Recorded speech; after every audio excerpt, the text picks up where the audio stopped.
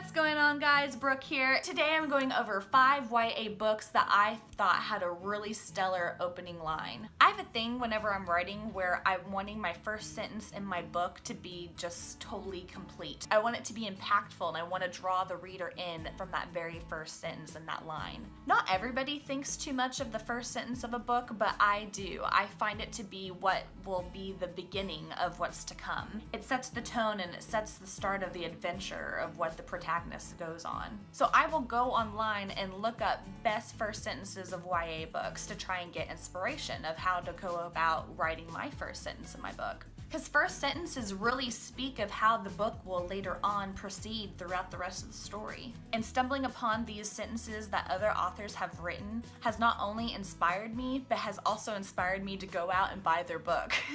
So today I'm going to be talking about 5 books that have great first lines that actually make me want to go out and buy the book. So book number 1 is The Knife of Never Letting Go by Patrick Ness. The first thing you find out when your dog learns to talk is that dogs don't got nothing much to say.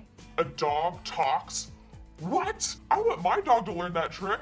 All mine can do is roll over. It really intrigues me as to how this guy's dog can talk and how that came to be. Is this situation regarding all dogs or is it just regarding his? How the narrator speaks says a lot about where he's from and where he lives. Dogs don't got nothing much to say. I live in Oklahoma, and so I know sometimes we will come across people who talk in that type of diction. My favorite thing that Okies say is, we're fixin' to go do this. We're fixing to go paint the house. We're always be fixin' to do stuff. The tone of this book starts off really comical and quirky. I mean, a dog can talk. This doesn't sound like your typical read, and I want this book. Book number 2, 13 Days to Midnight by Patrick Carman. Jacob Fielding stood in a small room and stared at a body. A body? Is it dead or alive? Did he find the body or did he actually kill someone? This first sentence definitely grabs your attention and automatically drops you into an uneasy situation. It's one of those sentences that is subtle and isn't over the top, but it makes your eyes widen while reading. The tone of the book sounds mysterious and a little creepy. It might even be a murder mystery of some kind. This sentence is an example of how I love starting off a book. The sentence starts off simple and casual, but then it turns around and ends in a solid punch.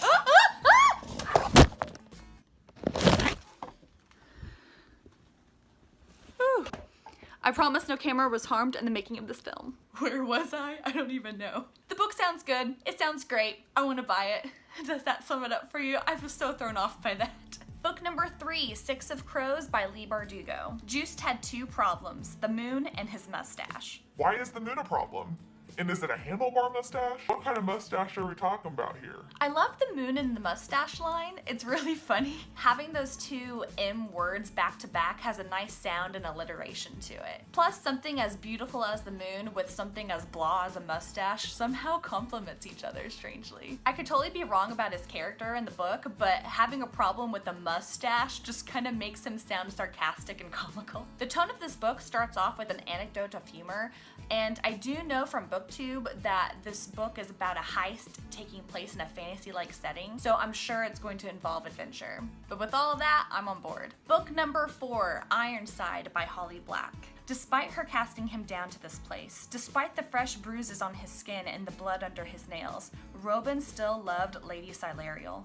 Did this chick do all that stuff to him? Why would you fall in love with someone who puts you through so much hell? And who named someone Silariel? Silariel? Who named someone Silariel? With someone with the title of Lady, it sounds like that the book takes place in another time period or fantasy realm. So I'm already intrigued because fantasy and history are my thing. It makes me want to learn why this Robin character is still in love with someone who put him in this dire situation he's in. This sounds like a romance that is toxic and isn't normal. It doesn't sound like a YA trope where the love interest is this perfect being with 0 flaws and is flawless, Because so far after reading this first sentence, the love interest sounds like a big bitch. The tone of this book starts off very dark, and love stories can be dark, and when they're dark, they can be very awesome and twisted. I'm all for this. And book number 5, Rebel Belle by Rachel Hawkins. Looking back, none of this would have happened if I'd brought lip gloss on the night of the homecoming dance. How could you ever forget lip gloss?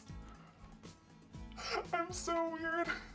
It's funny to wonder what trouble the protagonist could be getting into by just forgetting makeup. This definitely comes across as one of those cutesy contemporary reads where the main character just happens to stumble upon comical mayhem. And believe me, it's already grabbed my interest. From the tone of just this first sentence, the book is definitely going to have some humor. Sounding like it's going to be a very fun read and could maybe turn into a possible rom-com. I'm getting those vibes. I'm very picky when it comes to contemporary reads because they're not my go-to reading material, but that first sentence makes me laugh and definitely makes me want to go look it up on Goodreads. Okay, so those were 5 first sentences and books that really make me want to go out and buy them.